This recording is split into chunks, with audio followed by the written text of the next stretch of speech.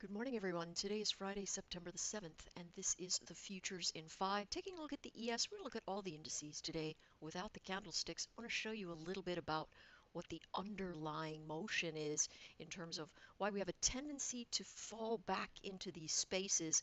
I'd been talking about thin volume profiles a while back. If you look into last week's recordings, you're going to see that.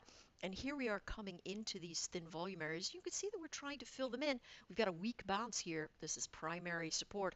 Losing it means that we drop into areas of higher price acceptance that sits well below us between 28.64, which we were almost there at, all the way down to 28.46. So how do we make a decision here?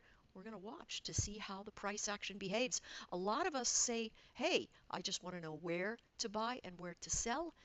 Really understanding the measure of the market takes a bit more than coming to that. It's never quite that simple. We'd love for it to be that simple, but it does take looking at the charts. My supposition is this: weak bounce action, never a good thing in terms of buying pressure, and so the failure to breach higher is going to give us another resistance zone. That resistance zone should be this low pocket right up around here, 2880, 2881. The failure of that region should bring us back down to here. We could stay range bound or we could collapse. Either of those opportunities is potentially possible, and so your choice is make a decision, set up your risk, make sure that you abide by that risk, and then you take the trade. You're going to be either right or wrong. And so you just need to manage the risk. That's going to be the most important thing. We may continue to fill in this volume profile like we did. It is holding in this pocket, so that does look potentially better than we could see if it were failing. But if it does fade, you're going to see it slip through places, hold the region, and if it doesn't hold this area, it's going to slip to the next area where value is going to kick in. When I talk about value, some people smirk, but that's what I really mean by value events. Where are the thin areas to look for pressure that's going to allow us to buy or sell? Taking a look at the NQ formation, a little bit different. We are seeing thin volume pockets up here, but look at this very interesting profile event. Comes into the region, looks like it just runs stop right into the prior region of low acceptance, and it's sort of building in the profile events. You can see how it's thin here and thick here and thin here. It's just filling in those areas. Another weak bounce event. We've really got to be careful here.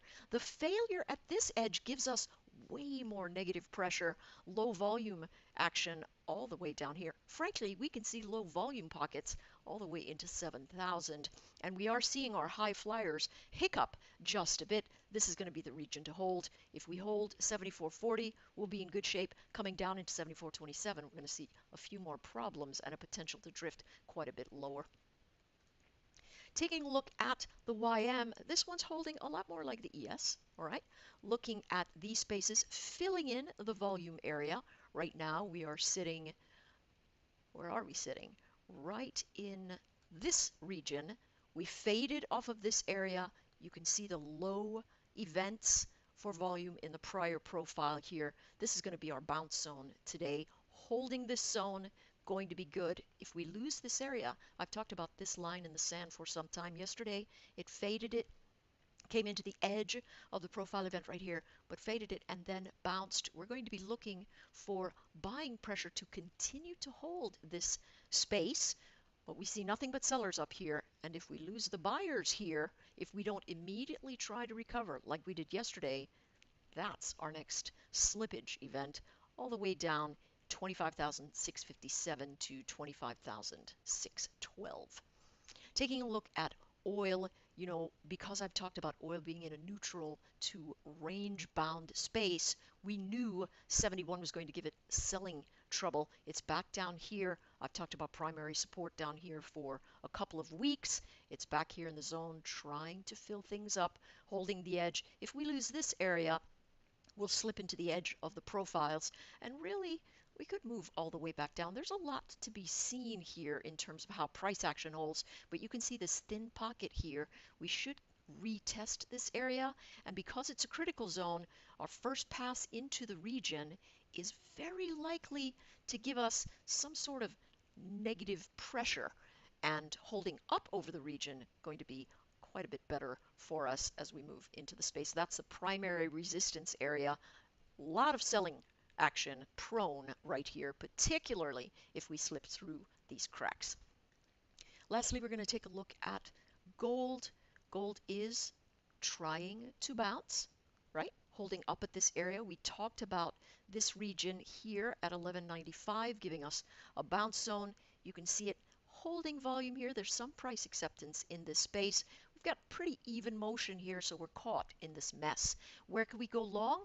If we can break away from this patch right around here, we'll move into these areas all the way back up to our 1214. That's where we rejected last time, that at the highs. This past time we rejected around 1212, and you can see a lot of price acceptance here, a lot of price rejection here.